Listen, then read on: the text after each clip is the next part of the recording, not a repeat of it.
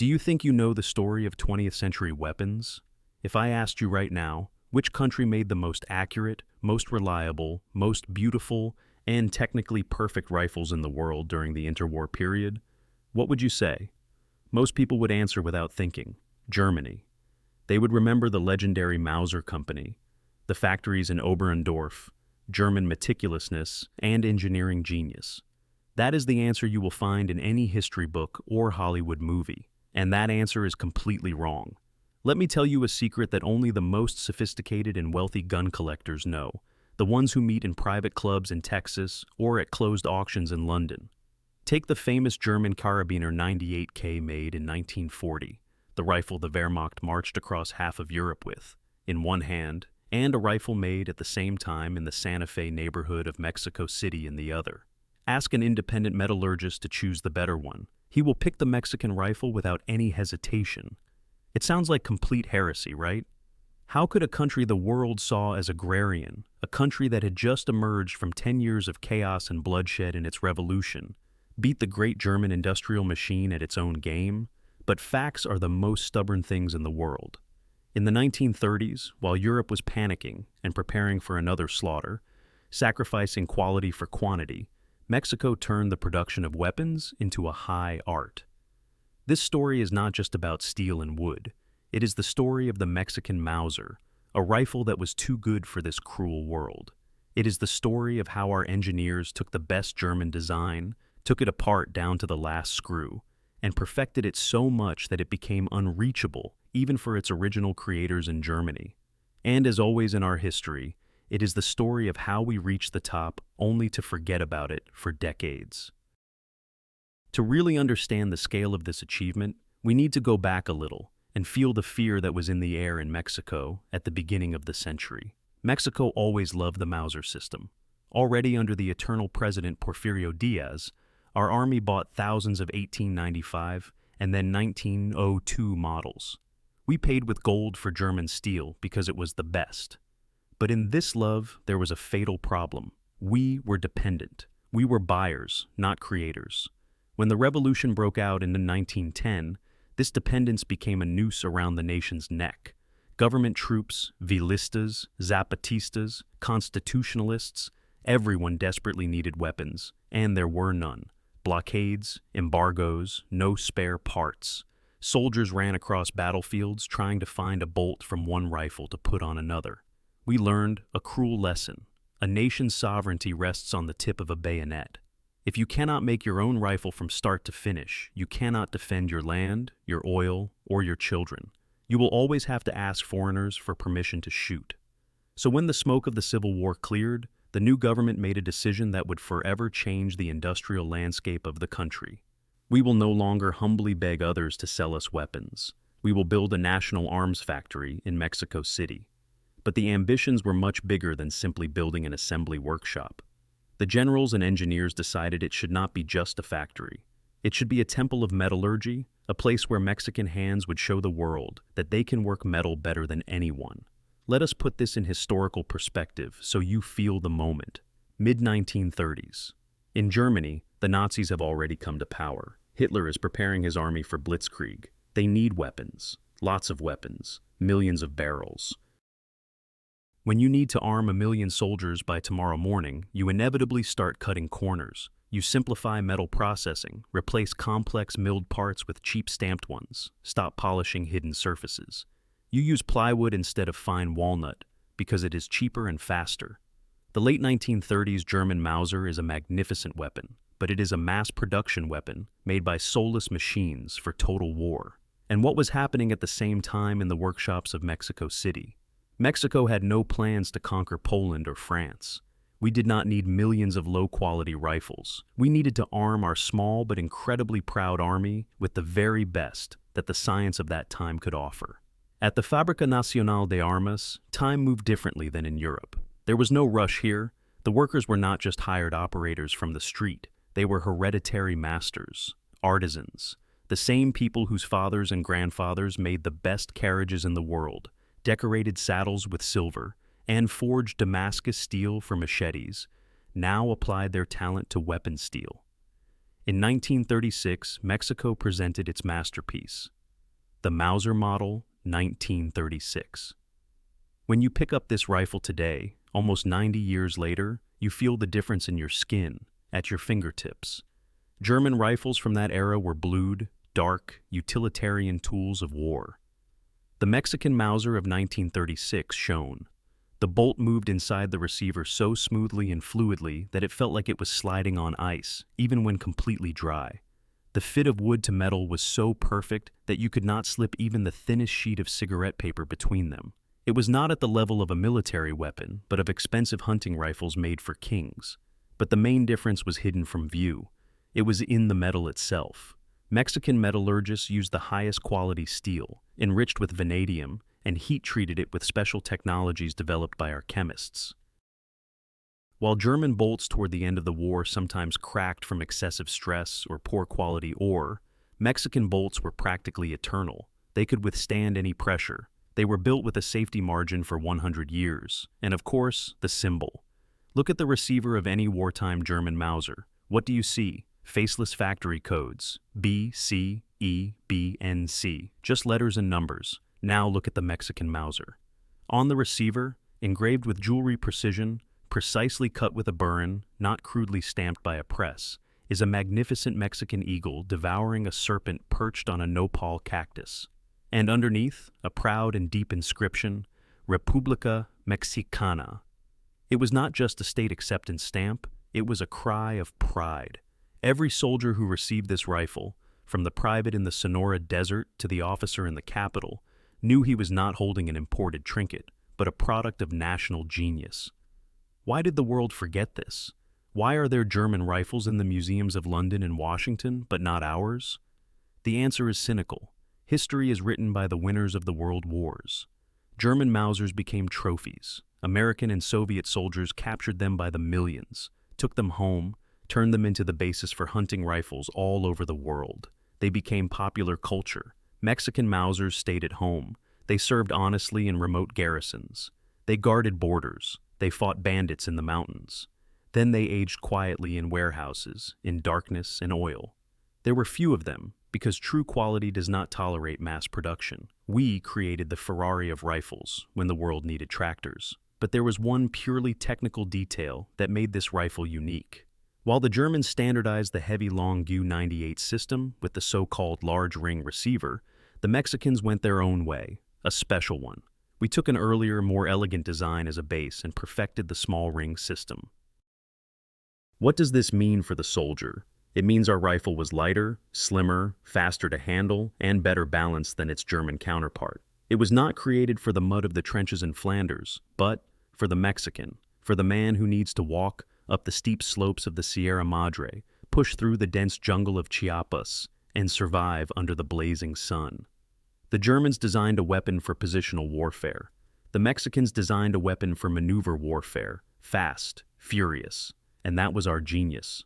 We did not just copy the blueprints. We understood the philosophy of the weapon and adapted it to ourselves better than the original creators did. But the Model 1936 was only the overture. The true peak, the swan song of the Mexican arms school, came later in 1954, when the world was already going crazy for automatic rifles, and we decided to create the most perfect bolt-action rifle in human history. A mistake that became a masterpiece. To really understand why the Mexican Mauser became a legend whispered about in gun forums, it is not enough to look at it from the outside.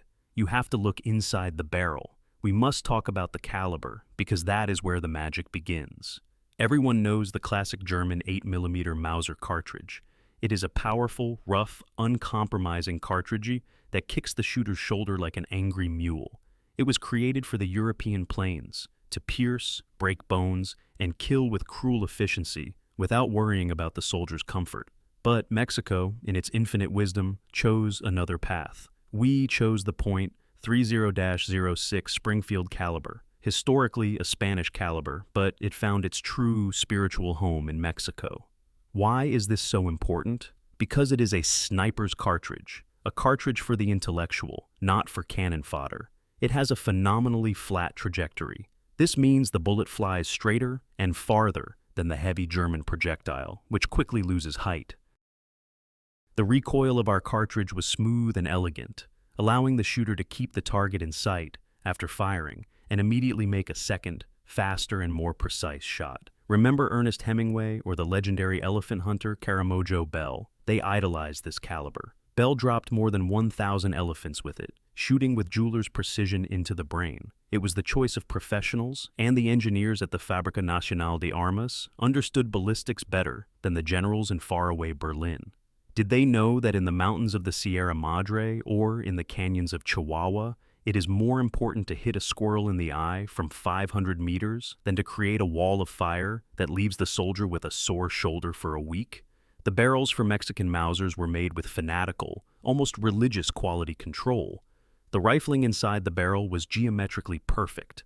While German factories by 1944, under Allied bombing, were already producing blatant scrap where the bullet danced in the bore, the 1936 Mexican barrel gave groupings that modern expensive sniper rifles would envy today. Now let us disassemble the mechanics. The steel heart of the rifle, the bolt group. Here lies the main engineering triumph of Mexico. Collectors call this system the Mexican small ring, and it is a unique hybrid that the Germans never dared to mass produce. We took the incredible lightness and elegance of the early models, such as the Mauser 1893, and crossed it with the indestructible robustness of the legendary Model 98 Bolt. The Germans considered this impossible or an unnecessary complication. For them, there was only the standard GU 98, a big, heavy, excessive piece of iron. Mexican masters managed to make the receiver smaller in diameter, lightening the weapon by almost half a kilogram. And any infantry soldier will tell you that on a long march that half kilogram turns into a ton. But at the same time, we kept a strength capable of withstanding the monstrous pressure of modern powders. How did we achieve this? The answer again brings us back to metallurgy. German steel was good, that is undeniable, but the Mexican steel in these rifles was exceptional. We added alloying elements, experimented with heat treatment, and achieved a metal structure that rang like a bell. Pay attention to the bolt of the Model 1936. It has a peculiarity that shooters love, but amateurs rarely notice. The bolt handle was bent downward and slightly flattened to fit perfectly and anatomically in the hand, and not catch on equipment or a rider's saddle. In German First World War rifles, the handle stuck straight out to the side like a stick, forcing the soldier to make an extra unnatural movement. We were thinking about human ergonomics 50 years before that word became fashionable in industrial design. Another detail that completely reveals the Mexican school is the cocking system. In our rifles, it was perfected with the so-called cock-on-open system. The striker was cocked when the bolt was opened, but with such oily smoothness that the shooter never lost the sight picture. This required hand polishing of the locking lugs and guides. In 1930s Germany, hand polishing of hidden surfaces was an unacceptable luxury, a waste of time. In Mexico, it was a standard of honor. Every worker in the Mexico City factory put his reputation on the line with every rifle he assembled. If the rifle felt rough, it was a personal shame for the master, which could only be washed away by redoing the entire rifle. And of course, we cannot ignore the wood. The rifle stock is what connects the cold metal to the soldier's warm body. Toward the end of the war, the Germans, cornered by resource shortages, switched to plywood, the so-called laminated wood. It was cheap glued layers of inexpensive wood impregnated with caustic resins. It was durable and cheap, but ugly and heavy. Mexican Mausers were dressed like aristocrats, with selected walnut or hard tropical woods harvested in the south of the country. This wood was dried for years in special chambers, so it would not warp from jungle humidity or desert dryness. The inletting of metal into wood was done by hand with chisels to a hair's precision. This ensured the ideal bedding, a tight fit of the receiver to the stock. Recoil vibration was evenly dampened by the wood, which directly affected impact accuracy. In 1936, Mexico created not just a weapon, but an instrument that was an organic extension of the soldier's hand. Compare this with the Japanese Arisaka of the same era, reliable but crude like a club, or the Soviet Mosin, simple and effective, but requiring the strength of a blacksmith's hammer blow to open the bolt after firing. In its context, the Mexican Mauser looked and felt like a surgeon's scalpel. But here the most painful and logical question arises. If we had the best, most perfect weapon of its class, why did Mexico not become a world military power? Why did we not dictate terms? The problem was scale and philosophy. The factory in Mexico City could produce thousands of top-class rifles per year. Germany produced millions of medium-class rifles. The United States produced millions. Quality lost to quantity. It is the eternal and recurring tragedy of Mexican industry. We know how to make unique, handcrafted things. We know how to be unmatched master artisans. But we never knew how, or were never allowed, to scale that mastery to the level of a global empire.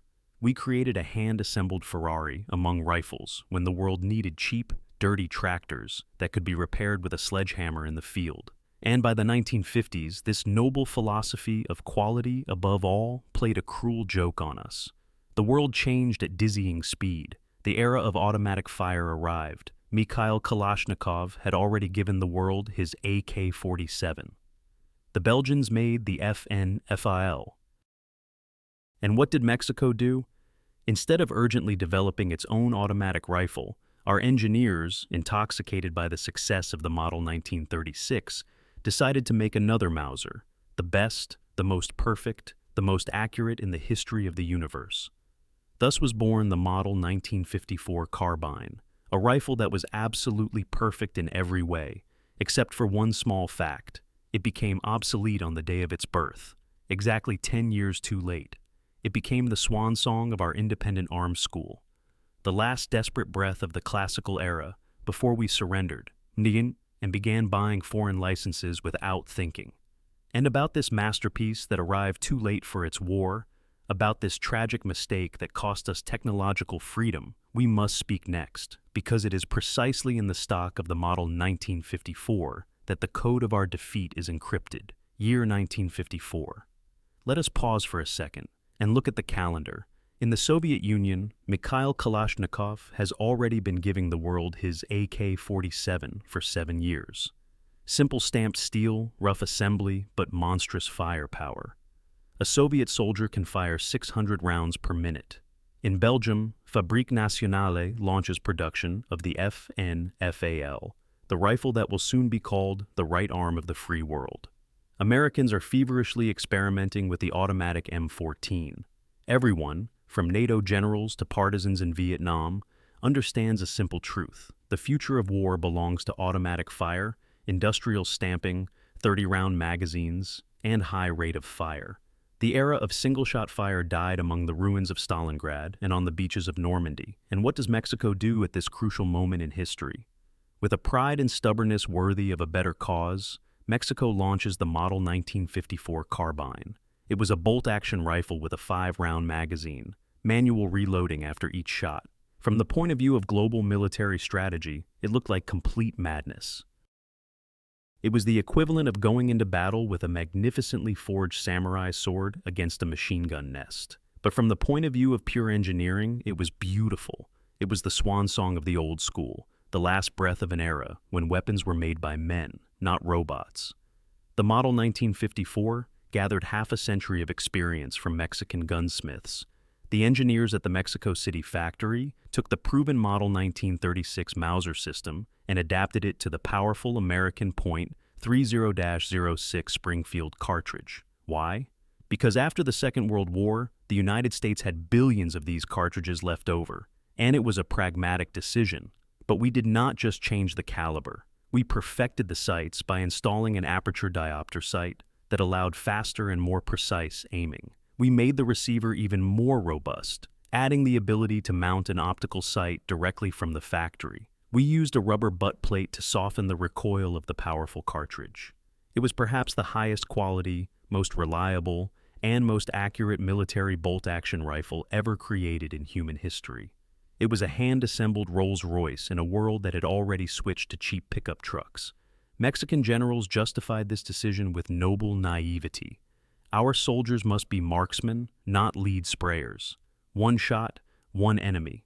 We are not a rich superpower that can afford to waste millions of bullets firing blindly. There was an iron logic in this, a 19th century logic in the middle of the 20th century. We created the perfect weapon for a war that had ended 10 years earlier. The rifle turned out so good, so indestructible, that even today, 70 years later, it is still used in Mexican military academies for parades and ceremonies. It does not rust. The wood does not rot. The bolt still makes that smooth click, like the sound of a safe closing. But in a real modern fight against a cartel with automatic weapons, or against foreign intervention, it would have been useless 1 minute after the shooting started. We created a masterpiece that had no place on the modern battlefield. And then comes the decisive moment. Late 1950s and early 1960s. Reality kicks the door in with a military boot. The Mexican government finally wakes up and understands that no matter how beautiful bolt-action rifles are, they cannot defend sovereignty. The army needs automatic weapons. And here a choice arose before the nation that defined our destiny for the next half-century. We had the path of gathering our engineers, remembering Rafael Mendoza and his machine guns, remembering the experience of Trejo, using the powerful base of the Fábrica Nacional de Armas, and developing our own assault rifle. We had the machines, we had the steel, we had the brains. We could have created a Mexican AK or a Mexican FAL. It would have been difficult and expensive, but it would have preserved our independence. And there was path B: admit defeat, say we are not capable of innovating, buy a license from foreigners, receive ready-made blueprints, and simply press the start button on the machine. What do you think our politicians chose? Of course they chose path B, the easiest, fastest, and most destructive path for the national spirit. Mexico bought the license from the West German company Heckler & Koch for production of the G3 assault rifle. That day, when the contract was signed, the Fábrica Nacional de Armas died. Not physically, the walls remained standing. Workers still came to their shifts, but the spirit died. The factory stopped being a place of creativity, a birthplace of ideas. It became a banal assembly workshop, a branch of German industry. Instead of turning unique parts and taking pride in every stamp, we began stamping German rifles with German blueprints on German machines under the supervision of German inspectors. Yes, the G3 is an excellent rifle, reliable and powerful, but it is foreign. We lost the school. Those gray-haired masters who could polish a bolt to micrometric precision by eye alone were no longer needed. They were replaced by operators of hydraulic presses. The knowledge accumulated since 1910, the secrets of heat treatment, the traditions of wood fitting, all of it dissolved into the air in a single generation. We replaced the proud Mexican eagle on the receiver with the soulless logo, Heckler & Koch license. We became dependent on foreign patents and foreign wills. Where are those witnesses of our former greatness today? Today, Mexican Mausers from 1910, 1936, and 1954 are the holy grail for collectors around the world. In the United States, at gun auctions, people are willing to pay $2,000, $3,000, and more for a well-preserved Model 1936. Americans who used to look down on Mexican technology now hunt these rifles and write enthusiastic reviews on forums. Look at this steel. Look at this finish. The Germans never did this. This is the best I have ever held in my hands. The irony of fate is that foreigners value our legacy more than we do ourselves. In Mexico itself, we have forgotten this. We have gotten used to the idea that everything Mexican is made carelessly and that everything imported is the quality standard. The Mauser rifle proves the opposite. We were the standard. We set the bar that others could not reach. This story is not just nostalgia for old iron. It is a parable about national self-esteem. In 1936, we believed we deserved the best weapons in the world, made with our own hands. In 1954, we were stubborn and naive, trying to preserve the traditions of artisanal mastery in a world of plastic and stamping. And then we simply surrendered. We decided it was easier to buy than to create. We believed the lie that we do not know how. The Model 1954 carbine is a monument to our perfectionism. Yes, it was a strategic mistake. Yes, we should have made automatic weapons, but that mistake was ours. It was beautiful. It was made with love for the country and respect for the soldier. Today, when the Mexican army is beginning to transition to the FFX-05 Shoe Coatl, a modern automatic rifle of our own design, the Fire Serpent, it seems we are starting to wake up from a long sleep. We are trying to make our own again, but it will take many more years to recover that level of mastery and that pride that the anonymous worker in 1936 had when he polished a bolt with the Mexican eagle on it. We did not lose our greatness when we ran out of money or resources. We lost it the moment we stopped believing that the word Mexico, engraved in metal, can mean the best in the world. But if one day, walking through a museum or a flea market, you see an old, worn carbine with the date 1954, do not pass it by. Stop, look at it, feel the cold of the steel. Because in your hands you will not have just an old rifle. In your hands you will have the weight of the great country we once were, and that we can still become if we remember who we are. Yeah,